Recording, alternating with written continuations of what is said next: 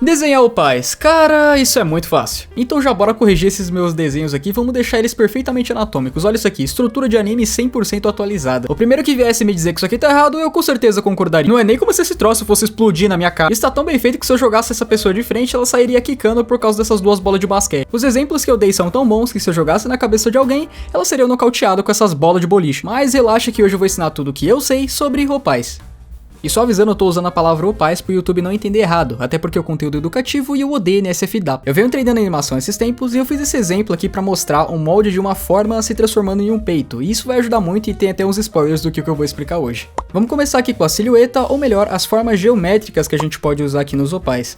É algo muito comum de se ver as pessoas sempre olharem para opais de maneira circular, porque eles querendo ou não são circulares. Mas o problema é quando isso é aplicado numa faca de dois gumes, né? Porque se você desenhar eles muito circulares, eles vão parecer aquelas bola de boliche mesmo. Um jeito muito simples de você não cair nesse erro é não olhar o peito só de forma circular. E sim, a parte de baixo mais redondinha mesmo, mas a parte de cima mais oval. Não vê o opai por completo de maneira oval, porque senão ele vai ficar estranho. Independente do ângulo, ele vai seguir padrões, porque vocês têm que lembrar que é a forma geométrica que você tem que olhar, e não só a silhueta. A silhueta só vai te ajudar. Alguns padrões para você se lembrar, por exemplo, é essa curva maior ali na parte de cima mais esticada mesmo. Esse arco que fica presente na parte de cima do peito pode ser visto em diversos tamanhos, um pouco menos em peitos muito pequenos. Mas outro padrão interessante que você pode guardar, que é um pouco destacante do outro, é a parte de baixo do seio, que ele é muito mais circular, é muito mais redondo e você consegue ver muito melhor a forma geométrica ali. Menos do ângulo de baixo que está representado à esquerda, porque você tem o achatamento pelo tronco. Certo.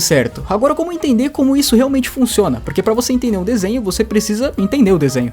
Um dos melhores exemplos que eu gosto de usar até hoje é que o seio ele tem uma grande semelhança com balões ou bexigas enchidas com água. E eu digo isso porque você pega uma noção de tamanho, você pega uma noção de formato e até mesmo de física, porque o balão de água ele vai interagir de uma maneira semelhante com o peito real. Obviamente ele vai ser bem mais mole, até porque tá preenchido com água e enfim, né? Um exemplo disso é o desenho que eu tô fazendo agora, onde essa setinha seria, sei lá, uma força aplicada, pode ser um dedo. Se eu empurrasse ali o balão de água, ele começa a interagir ali, ele então aumenta pra esquerda, diminui na direita e começa a cada vez parecer mais um seio realista. Então se você usar sua imaginação e pensar como que o balão de água iria interagir nessa situação, nesse desenho, nessa personagem, nesse tronco em específico. Ah, a personagem tem um peito grande, ela tá com os braços cruzados, como é que o balão de água iria interagir? Isso vai te ajudar demais.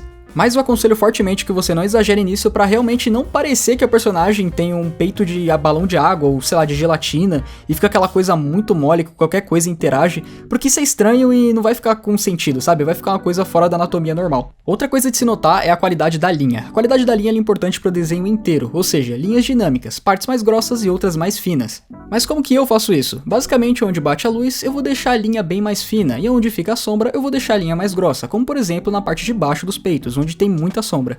E outra coisa, por exemplo, é a sombra de oclusão, também conhecida como sombra de toque. Quando vocês podem ver ali, quando um balão encosta no outro, tem uma sombrinha meio que triangular ali entre os dois, bem pequenininha. Isso é que nem quando você encosta um dedo um no outro. Se você olhar bem no centro deles, você consegue notar uma sombra. Essa sombra é projetada aí por causa da sombra de toque, onde realmente é difícil de bater luz. Eu fiz uma sombra básica ali, acabei não comentando, mas ela só para dar uma noção melhor do formato circular. Mas em geral, só foca no que eu tinha falado em ver os opais de maneira circular, de maneira parecida com balões de água, mas não tão molengas. Uma das maiores dificuldades que eu tive quando eu tava procurando por tutoriais do gênero era que a maioria dos tutoriais ensinavam como fazer o opai, mas não como encaixar no corpo. Então vou passar pra vocês uma estrutura que me ajudou muito, que é a estrutura do peixe sem cabeça, que é meio que o músculo do peitoral, onde você tem ali um peixinho sem cabeça e com o rabinho torcido. Esse rabinho torcido é muito importante, então lembrem dele. Na hora de aplicar no corpo esse peixinho, é simples, a parte sem cabeça vai ficar conectada na linha ali central do peitoral, enquanto o rabinho ele vai ficar embaixo do deltoide, ou seja, aquele músculo que você tem redondo no seu ombro que vai até o seu braço. Ele fica meio que escondido por baixo desse músculo do deltoide, e é por isso que quando você levanta os braços, o seu peitoral, o seu músculo do peitoral interage também. E é muito importante vocês lembrarem desse detalhe, porque como vocês podem ver, os braços estão levantados em diferentes escalas e causam uma distorção no peitoral. E é claro que isso vai afetar os opais, porque você vai encaixar os opais nesse peitoral. A propósito, me desculpa porque eu fiz a parte de trás das costas ali um pouco grande demais e ficou meio estranho, mas tudo bem, o importante é focar nesses músculos que eu tô citando. Quando a gente aplica ali o opai, eu tô fazendo ele bem circularzão, assim, bem como se fosse um formato de gota, que é mais pra vocês entenderem como é que encaixaria ali nesse músculo. E já que o tronco tá projetado num ângulo de 3x4, o outro peito que eu fiz ali do lado, ele acaba sendo projetado um pouco pra fora, né? A silhueta dele sai pra fora ali do tronco, até porque o corpo tá um pouco de lado. Eu aconselho que façam essa estrutura que eu tô fazendo agora e não se esqueçam das coisas que eu tinha passado anteriormente, então não vai fazer o peito aí totalmente circular não, que senão vai ficar estranho. Lembra, a parte de baixo ele é mais circular, mas a parte de cima é mais oval. E como eu tinha dito, o braço ele acaba afetando ali nos opais, e é por isso que à nossa esquerda o opaizinho ali tá mais alto, porque o braço também tá mais levantado, só não exagera nisso que senão vai acabar ficando feio.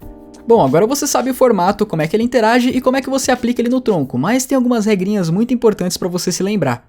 Algo muito importante que vai diferenciar você de alguém que sabe desenhar e não sabe desenhar opais é o espaçamento do peito, onde muita gente falha miseravelmente. A parte azul meio triangular que está pintada ali no exemplo simboliza o espaçamento natural do peito, enquanto a parte em rosa ela simbolizaria mais ou menos aonde você começaria a encaixar o peito, onde você começaria a desenhar ele. Isso é claro sem ter nenhuma roupa ou algo fazendo eles ficarem juntos. Mas por que os opais têm essa queda pro lado, principalmente quando a mulher está deitada? O nosso torso, tanto masculino quanto feminino, ele não pode ser representado no final, ali na arte final, como uma caixa. Ele até pode ser usado quando você tá fazendo ali estrutura, para você entender o ângulo, para você entender onde você vai encaixar ali o torso do seu personagem, mas no resultado final não é assim. O nosso torso, ele é curvado, ele é oval.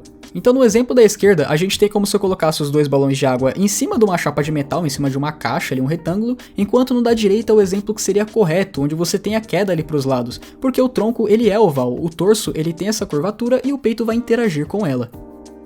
Uma dica rápida e muito simples que vai ajudar para vocês é como que o peito vai interagir quando você tá para cima, com o tronco para cima no caso, ou até mesmo caindo em movimento, etc. Quando você tá com o tronco para baixo, como sei lá, a personagem fosse amarrar o sapato, fosse inclinar para frente ou algo assim do gênero. Obviamente os opais vão interagir com roupa influenciando ou não, porém eles vão interagir de maneiras opostas.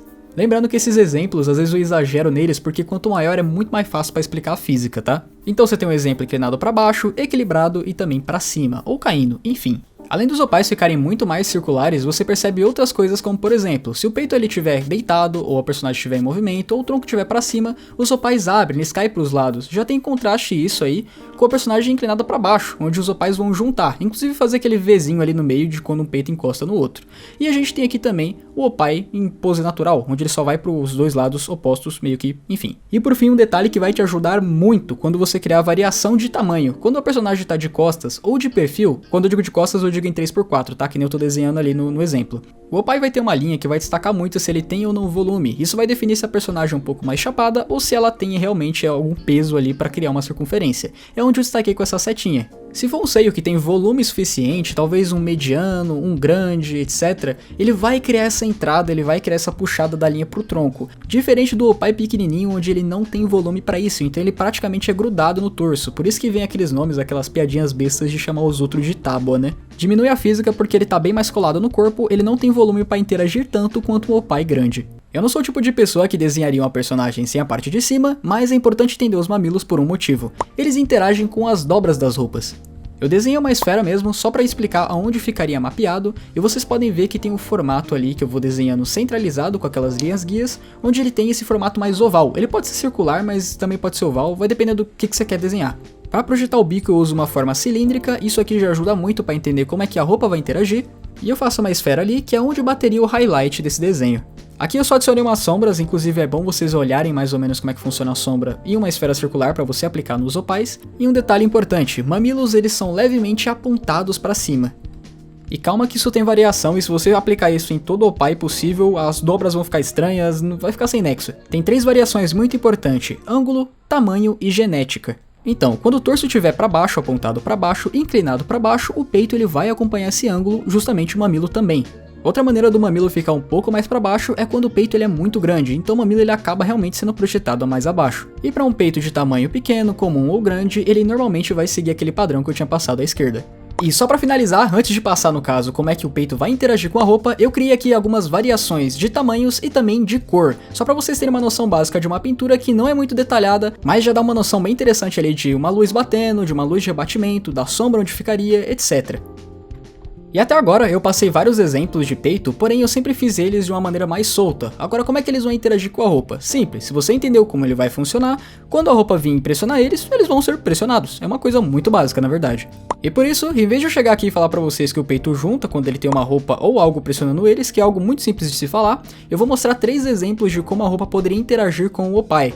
Eu usei uma referência para fazer essa explicação de agora, mas infelizmente eu não achei o nome da artista.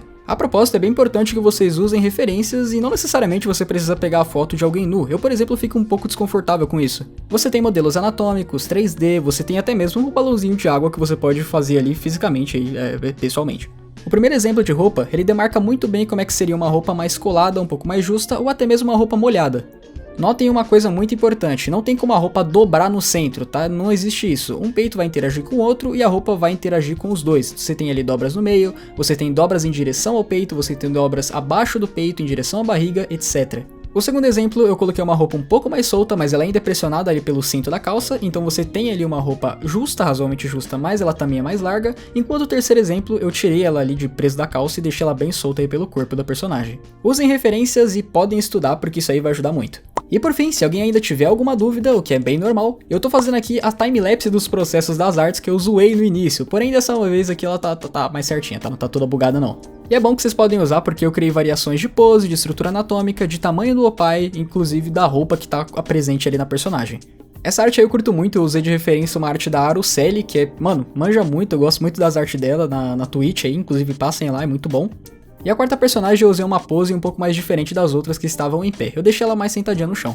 E por fim foi essa arte aqui que eu usei pra thumb do vídeo, podem usar aí de referência anatômica sem problemas, ok? E mandem os estudos de vocês lá no Discord do canal, é só entrar aí no link da descrição e se divertir lá porque é cheio de artista.